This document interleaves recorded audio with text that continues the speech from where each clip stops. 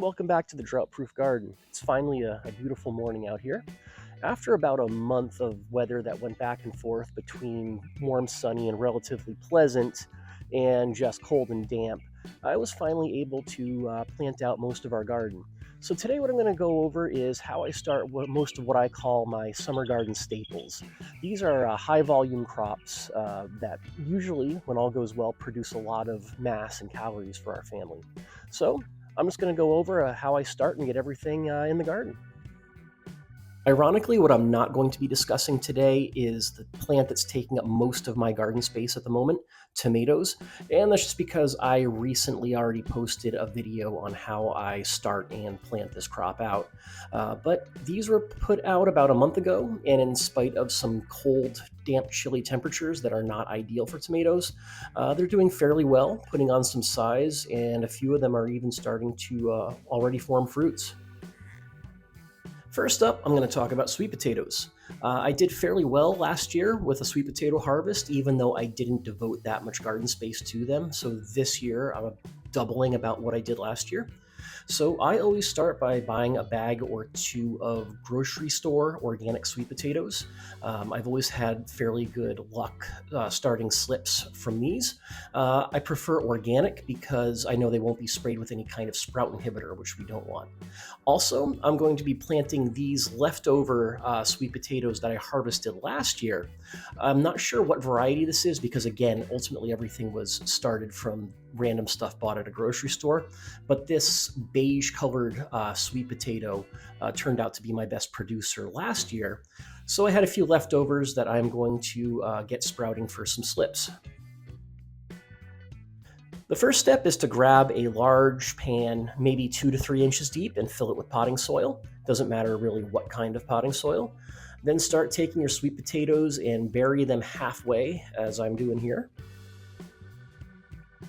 I've never really worried about poking drainage holes in the bottom of the pan, as long as you're careful not to overwater and, not to make it a pan of mud, you'll be all set. Sometimes using just a spray bottle every couple of days to keep everything sufficiently damp is more than enough when it comes to watering.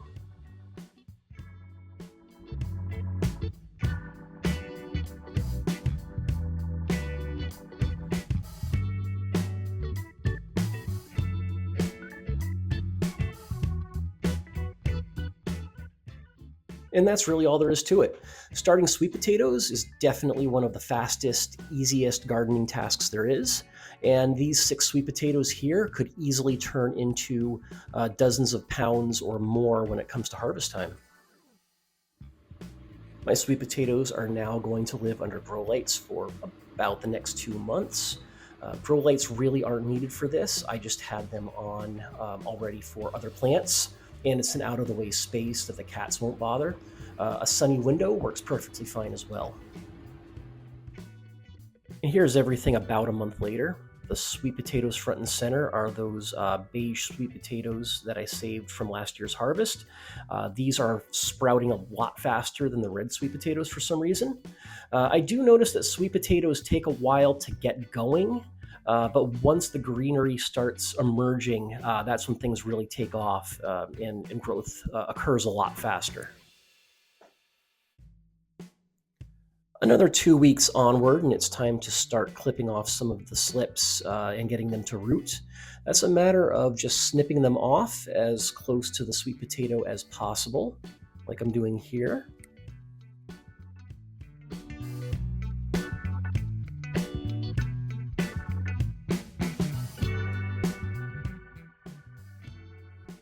Next, we're just going to strip some of the leaves off the stalk to make a good bare space from which the roots will sprout.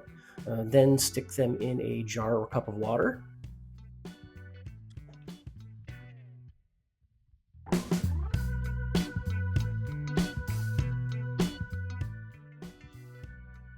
The slips are going to sprout roots very quickly.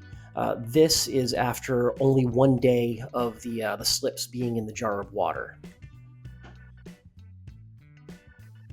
While my slips continue to root, I'm going to prep my raised beds, in this case by adding sand. Sweet potatoes are known for doing particularly well in sandy soil. They also produce the best tubers in relatively low nitrogen soil. What high nitrogen soil tends to result in is vibrant leafy green foliage and undersized roots. And since we are mostly interested in the roots of sweet potatoes, though the foliage can be eaten and is actually really good, I won't be adding any nitrogen-rich fertilizer or compost to my soil here. I realize that adding sand won't really decrease the nitrogen content of the soil. What I'm counting on is the fall crops that I had going here through the winter will have used up enough nitrogen in the soil that I'll get the desired effect. I had toyed with the idea of adding some either peat moss or coco coir for moisture retention, but it turns out that stuff is really expensive, so I opted out. By adding sand, I'm going to be improving drainage, which may lead to faster dryouts. So I'm just accepting the fact that I'm probably going to have to water these sweet potato beds more often than I would really like to during the hottest part of the summer.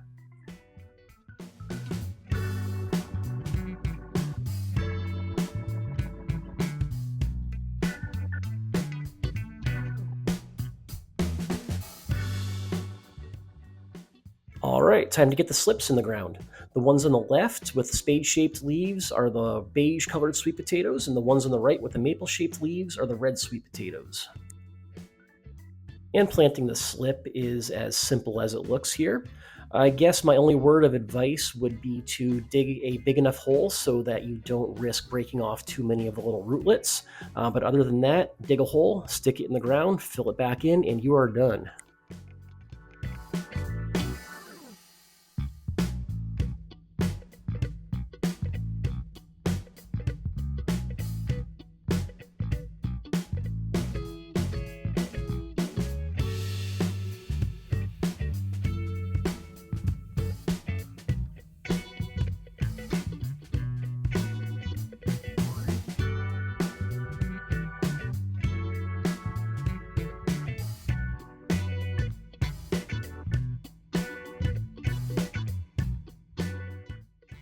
Once all the slips are in the ground, I'm going to give everything a quick watering in to make sure there are no air gaps around the roots.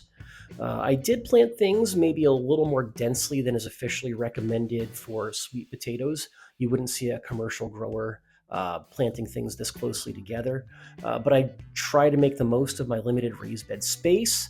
And when I planted things close together last year, I still got a lot of nice big tubers. But we will see how it goes this year when harvest time rolls around. I also decided to plant the leftover sweet potatoes from which I harvested my slips. Now, the buzz I saw on various internet gardening forums and subreddits was that planting the sprouted roots will actually form smaller tubers than planting the slips. That said, my experience last year was the polar opposite, and I noticed that most of my large sweet potato roots were sprouting directly off of whole entire seed potatoes. So I'm planting a bed entirely of sprouted roots just to see which bed produces more.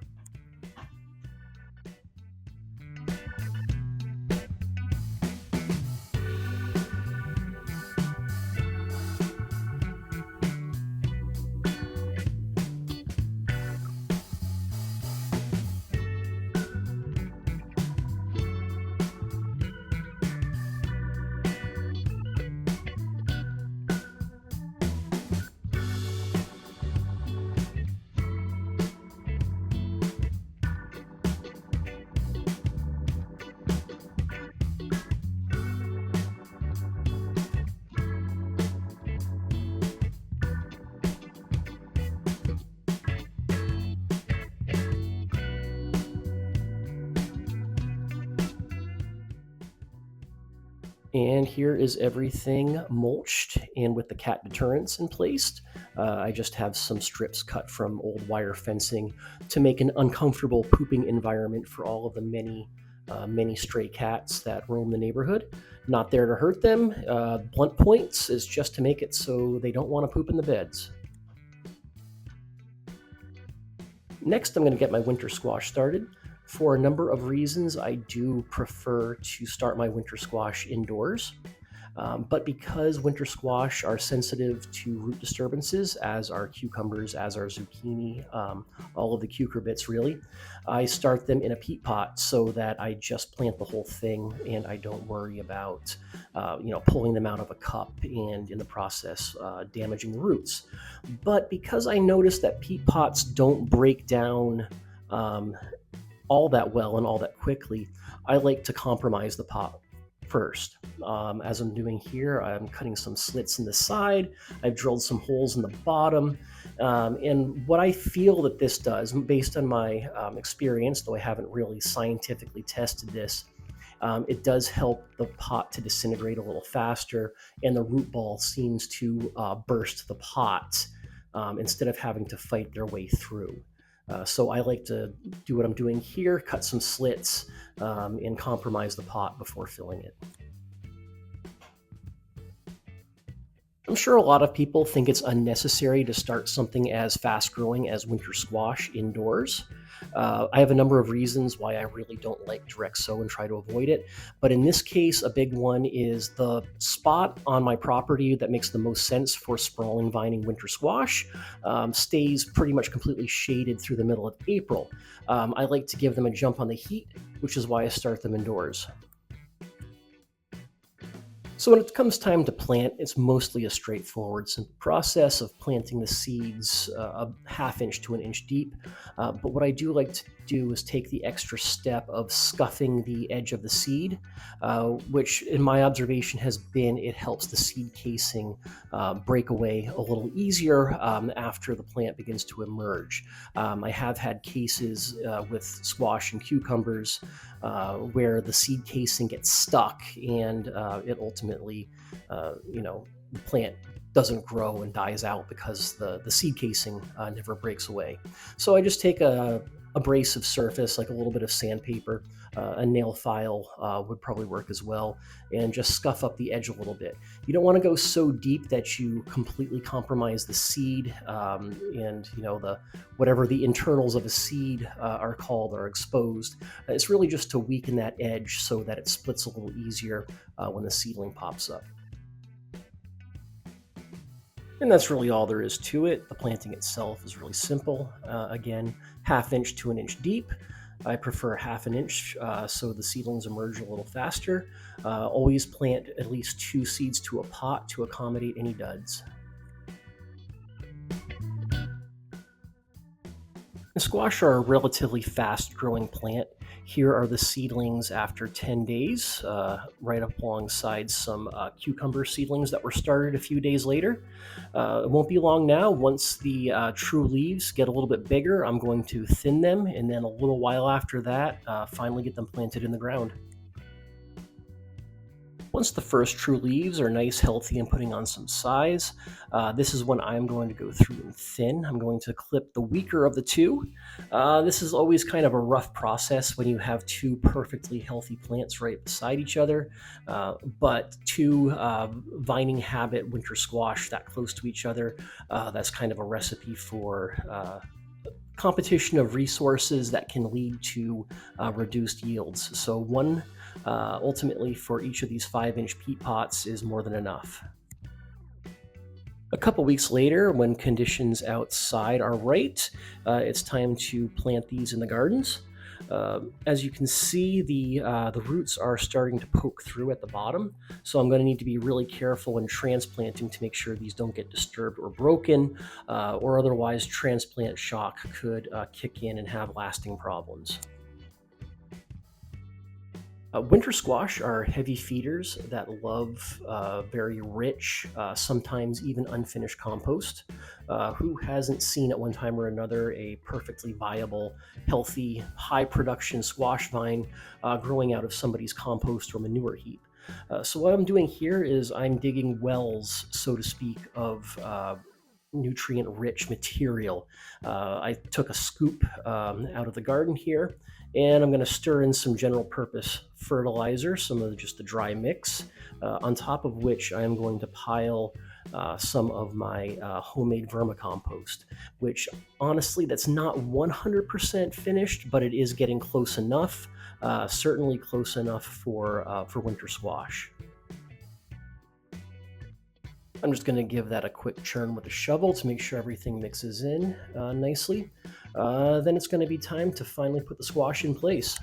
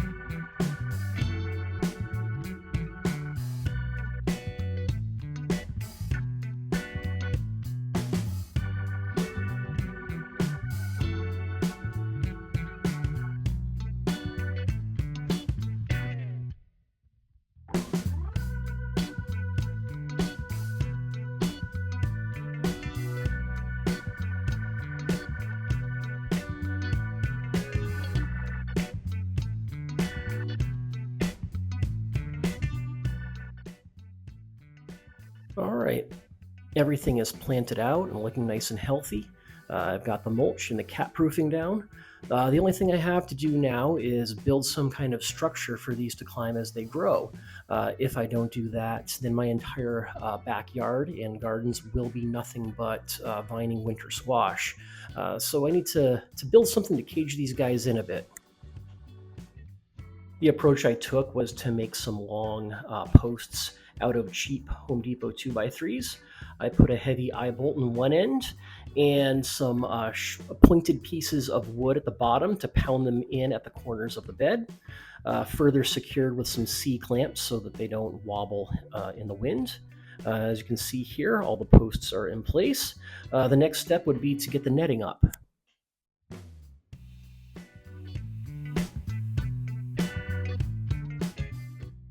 I purchased some inexpensive nylon garden netting. The dimensions are about 6.5 feet tall by 12 feet wide. And then I just secured it to these posts by draping it and securing it to the eye bolts at the top, and then fixing it to the posts using some cable ties. Simple, quick and easy trellising system that will come down just as quickly and easy when the season is over. So the only squash or cucumber variety that I do direct sow are these Armenian cucumbers, and that's because they're so heat tolerant and heat loving. There's no need to try to get things to set fruit before the worst of the summer sets in. I do sow these, of course, fairly densely, expecting that some won't germinate and some will fall victim to slugs, etc. And a quick note for any novice gardeners that might be watching this: if you see your squash or cucumbers looking like this during the sunniest part of the day, don't freak out and rush to water. You might overwater. What's happening is the leaves are aspiring moisture faster than the roots can take it up, and this is a perfectly normal reaction. Once the sun goes down a little bit, the plants will return to their usual perky selves and be fine. That said, here in Sacramento, where summers are death, I will eventually be installing shade cloth to stave off any sun scalding. All right, last up are my Yardlong, aka asparagus beans. Before planting, I do like to soak these overnight in a jar of water. This is known to accelerate germination in all beans. Also, it has been known or said to increase the germination rate, and asparagus beans do have a notoriously low germination rate. There's often a lot of duds after you plant them. So soaking overnight can really jumpstart the process for you. You want to plant these at the base of a trellis or poles. They're aggressive climbers that can reach heights of 8 feet easily. I put 2 beans every 6 inches. Again, this is to compensate for their low germination rate. What I'm really shooting for is 1 plant per 6 inches. So this should accommodate any duds as well as anything that falls victim to pests.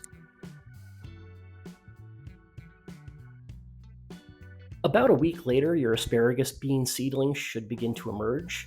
As soon as this happens, you're going to want to lay down a product around them called Sluggo. It's perfectly organic and safe around kids, pets, birds, etc. It's just iron phosphate. And pretty much if you're not a mollusk, you're safe from it. If you fail to do this, slugs will decimate your bean seedlings sometimes overnight. They're incredibly destructive, especially in the early season. Here's what the package looks like. Again, it's just iron phosphate. You want to lay it down after the seedlings emerge, just because birds like to steal it for crop stones. It's good for them, but you don't really want to be wasting that product. It's expensive. And with that, my spring and summer garden, with the exception of a few odds and ends here and there, is completely planted out. Now all I can do is go into maintenance mode for a few months and hope it all doesn't die. In fact, I'm thinking about making that the sign-off phrase for my channel. Hope it all doesn't die.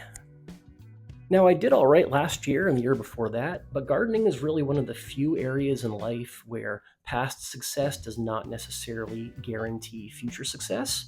A random disease or pest could easily show up on my lot here and decimate everything that I have worked so hard to grow so far.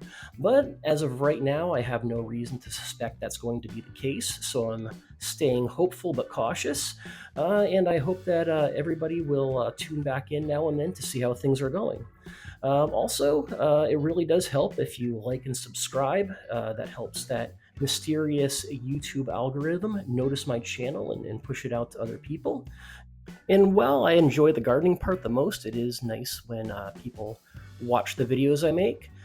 So until next time, thanks for watching, and I hope a few of you will tune back in as the season moves on here.